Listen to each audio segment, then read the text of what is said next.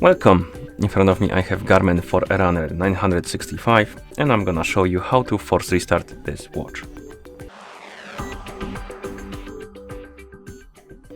To force restart this watch we need to press and hold the light button and keep holding it until the watch turns off. It takes about 5, maybe from 5 up to 10 seconds. So let's press and hold the light button, keep holding it.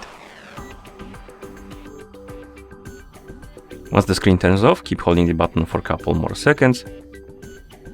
And then you can release the button. And at this point the watch should be turned off. And now we can turn it back on by pressing and holding the light button again.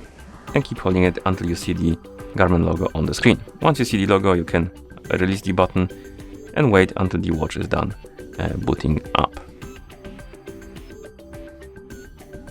And that's how you force restart this watch. Thank you for watching. If you found this video helpful, please consider subscribing to our channel and leaving a like on the video.